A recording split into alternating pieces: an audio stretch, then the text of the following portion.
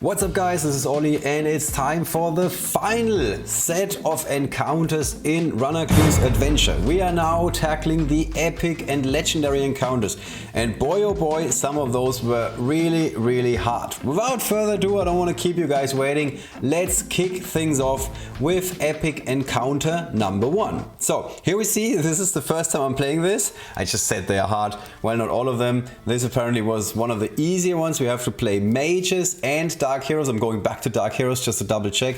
So unfortunately, that's another one of those levels that you can only really clear with a perfect score if you happen to have pulled Granny from the portal at some point.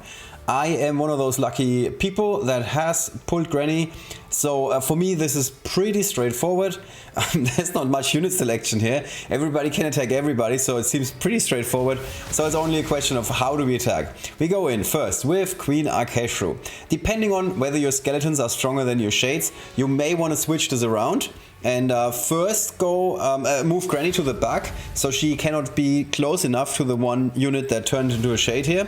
And again, I'm moving Ranaklu to the bottom, so there's more distance between my unit and the archers, so they're more likely to fire at the shades. And then it's basically over. I mean, as always, we've seen this a million times before.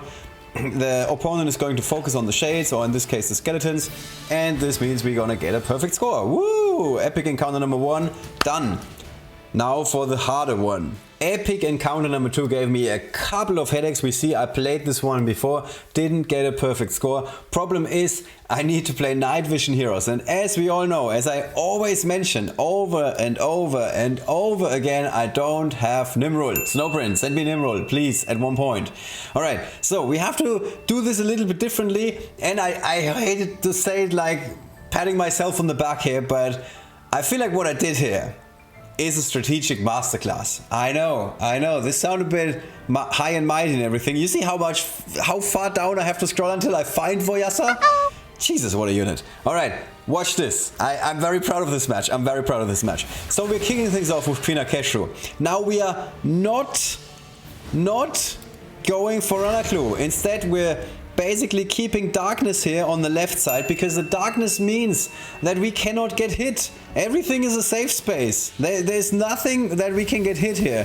So now the opponent is moving in, not a big deal. And now we need to go for a very big combo. We need to create darkness everywhere. We need to make sure that we can now do lots and lots of damage. First of all, we take out with a casual crit hit the Aradel that was a bit annoying on the left side. And now we want to basically hide behind a wall of shades. For a second I considered whether I wanted to use Voyasa first, then I remembered that you cannot activate the effect as long as Voyasa is not damaged.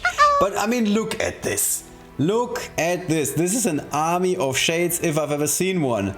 And now we can strategically, like a tactical mastermind, just dominate the entire board. We just have to make sure that our shade army is never gonna fall, and that we have enough units that can block damage and the opponent cannot hit us.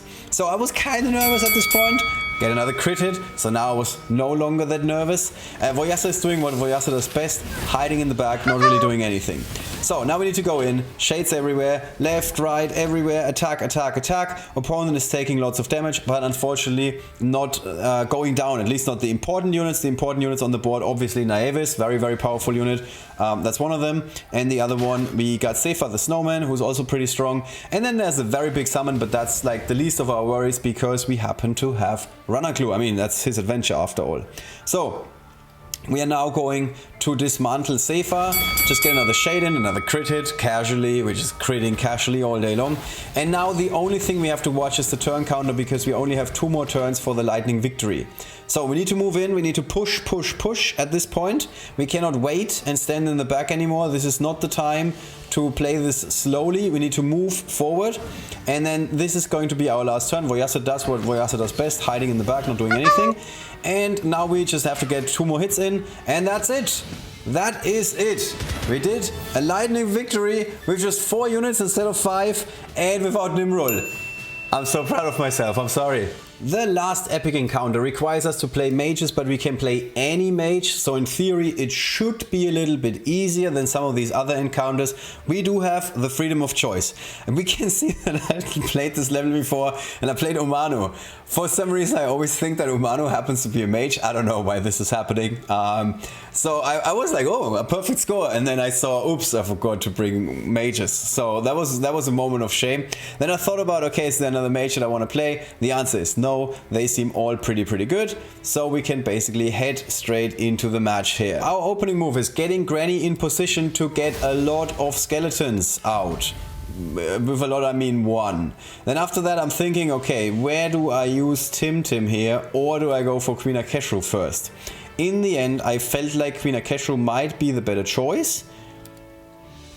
Or not. Tim might be the better choice. I'm damaging everyone because the damaging is basically the setup for Queen Akeshru. Now we get one shade. One shade is not a lot, but there's a lot of darkness created on the board.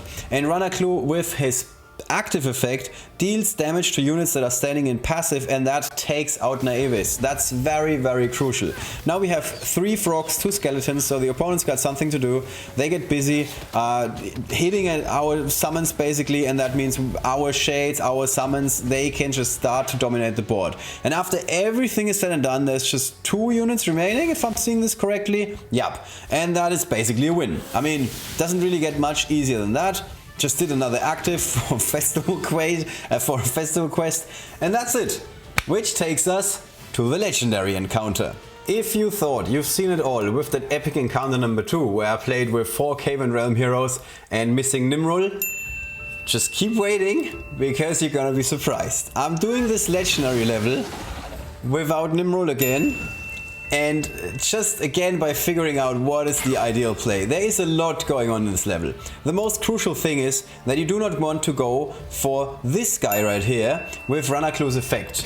Now this might be surprising, but if you are flooding the board too much with shades on the left side, Corrin very often starts to attack, and we do not want Corrin to attack. Corrin is the only dangerous unit on the entire board. All of the other units don't really do all that much. You can see that here.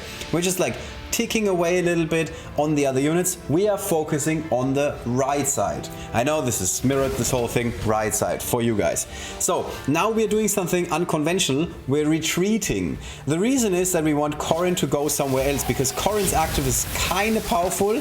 I've had a couple of matches where Corrin's active took out his own guys, and now we can see this is the opening that we need. The only thing left to do is getting rid of Corrin with 2 more turns, obviously the turn counters. So we need to get lucky with another crit hit, but here it is, and that means we only have to kill one of these ice frost sorcerers, whatever the name is, and we can do that, and that gives us the lightning victory with a perfect score in the legendary level without Nimrul. I have to say it again.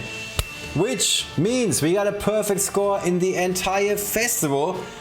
I've done it again. I've done it last time for Queen Akeshru, I've now done it for Ranaklu, and I'm feeling even more proud because I did it without Nimrod. That's a pretty big accomplishment. I hope you enjoyed these walkthroughs. If there's another strategy, if you're playing other units, if you have some other cool comment, leave it below. That's why I invented the comment section on YouTube for you guys. That's it for this adventure. Overall, I have to say I liked it quite a bit. There was a lot of insight into what Ranaklu can do. There were a couple of puzzles where you had to figure out what's the best line of attack. I would love to see another adventure that's very similar to this one, because it was challenging, but at the same time it was possible to fulfill most of these requirements and in the end get a perfect score. Hope you guys enjoyed this series, and I'll see you guys very soon. Bye bye.